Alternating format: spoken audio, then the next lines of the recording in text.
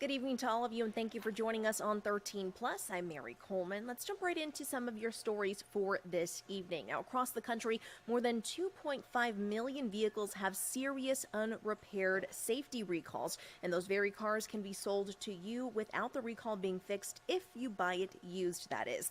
Now, reporter Kristen Crowley shows us why the government isn't doing anything about it and how you can make sure you're protected. The pictures and videos are jaw-dropping. Oh my God! Oh. Cars spontaneously catching fire. Ow! Airbags shooting shrapnel into people's faces.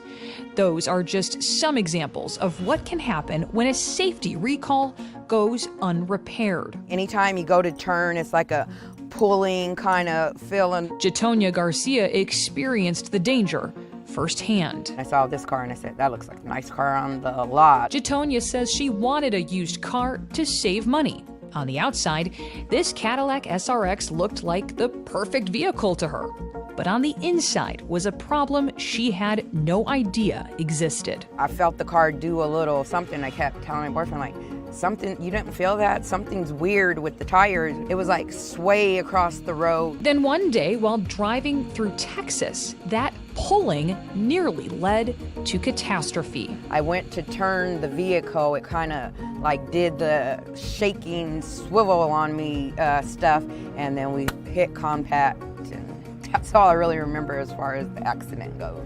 It could have killed the person and as well as myself. At first, Jatonia said she was relieved the crash wasn't serious, but that relief was short-lived, and she said it turned to anger when she found out her SUV was part of a recall. And not just any recall, a serious safety recall. So serious, it comes with an urgent warning not to drive it. A loose tow link could cause the vehicle to sway, risking a crash. What's worse, Jatonia says, is she bought the car from the used dealership in January of 2022. That urgent do not drive recall was announced in June of 2021. I would have never bought it. I wouldn't have even looked twice at it. If Jatonia had bought the car new, federal law would have prevented the dealership from selling it with an unrepaired safety recall. But there's no federal law banning that sale for used cars. Across the country, dealers are selling cars with unperformed, federally required safety recalls, used cars. It's being done across the country, all over the place. Bernard Brown is a consumer protection attorney and a staunch critic of what he says is a lack of laws prohibiting the sale of used cars with federal safety recalls. It seems odd that there is this requirement for new cars, but not for used cars. I agree with you. It's not just odd, it's really distressing. Are there people who are buying these vehicles with open federal safety recalls that are dying because of it? Yes. While the federal government keeps track of deaths tied to recalls, like the 19 fatalities with Takata airbags, it does not track whether the car was purchased new or used. But Brown says with millions of problem cars out there, consumers are bound to buy them used and get injured or killed. Would a federal law on this issue save lives? Unquestionably. But that's easier said than done. Some congressional lawmakers have proposed such a law, one as recently as 2021. It stalled in committee. Groups like the National Automobile Dealers Association oppose such legislation. We wanted to interview them about their stance, but they declined.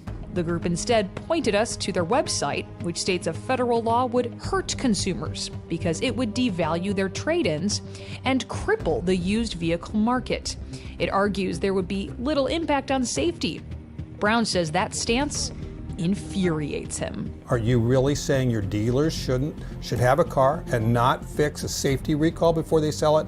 Try that one on me again. Say it slow. Say it slowly so everybody can follow you. Safety recall. Oh no, we don't need to fix that. We wanted to find out just how common is it for used cars to be for sale with these open safety recalls. So here's an example. This is a website that lists cars for sale across the country. Most list the vehicle's VIN number, I can just take that number and plug it into the National Highway Transportation Safety Administration's website to see if there are any unrepaired recalls.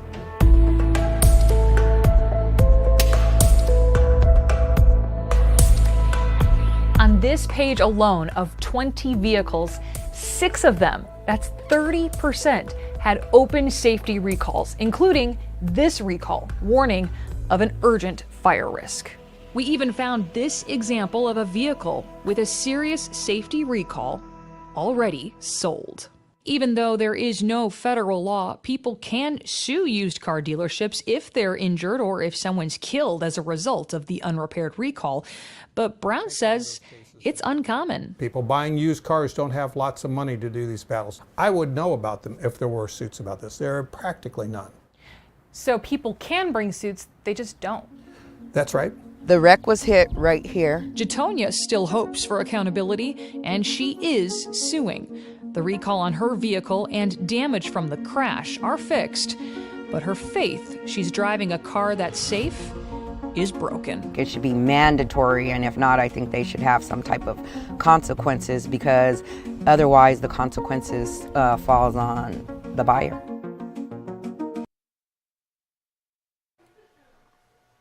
And you can be your own investigator and check whether your vehicle has any unrepaired recalls like the ones we talked about. Just head to nhtsa.gov/vehicle, and you just need the VIN or vehicle identification number. And on to our last story for this evening. Identity Theft Week begins on the last Monday of January every year and lasts for 5 days. The annual observance this year begins Monday, January 29th to February 2nd. Don Gee joins us not only to help you make ends meet, but to also give you a few tools to help you fight for your own financial safety.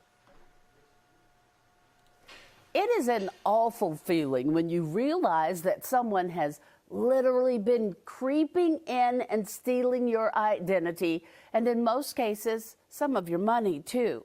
Identity theft comes in so many forms, but there is one thing we all need to understand.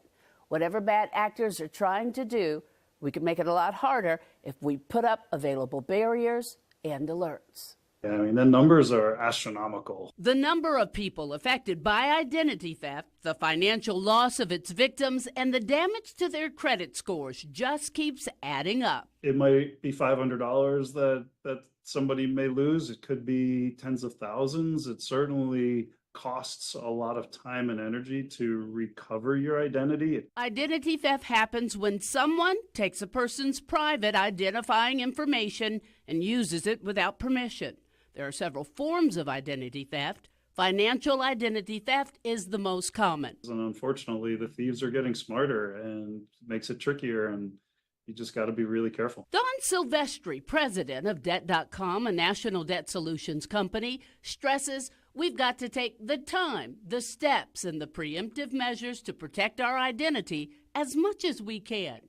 Debt.com's recent annual identity theft survey found identity theft crimes rose nearly 10% in the last 2 years. The Bureau of Justice totaled the loss for American identity theft victims in 2021 at $16.4 billion. What can you do to fight back? By not putting your credit card on file when you're purchasing something. You never want to use a debit card. Question everything. Don't ever give your credit card over the phone if somebody's calling you. You can always call that company back at the number that you have on your bill or on the back of your credit card. It may take a bit of work, but preparing now for identity theft before it happens can save you time, money, and a lot of frustration down the road. Continually check your personal and financial records for accuracy and activity. Shred personal info before throwing it away, including anything that may include your loyalty program number, name, address, phone number, truncated credit card, or social security number or signature. Key is, having something preemptive ahead of time is much better than waiting to after the fact. You can also freeze your credit report. It removes it from circulation so lenders don't have access to it.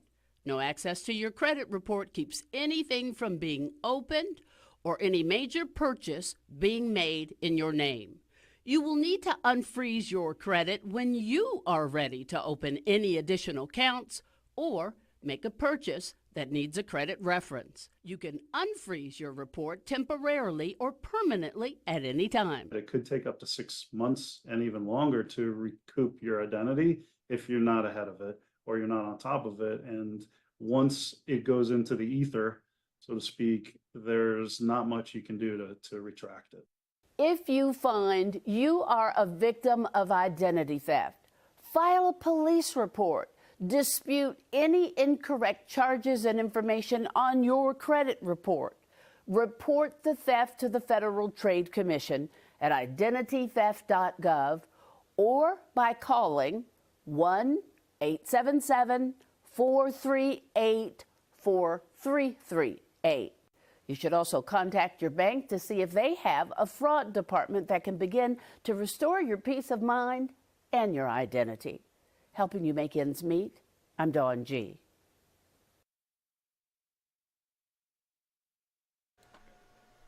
Thank you so much for joining us for this 13 Plus cast. We hope you'll join us for 13 News Live at 10. But for now, we will leave you with the live look of Mount Bigelow, where things are looking gorgeous out there. You can see that snow on the ground overlooking the Tucson city lights behind it. Have a great evening, and we'll see you soon.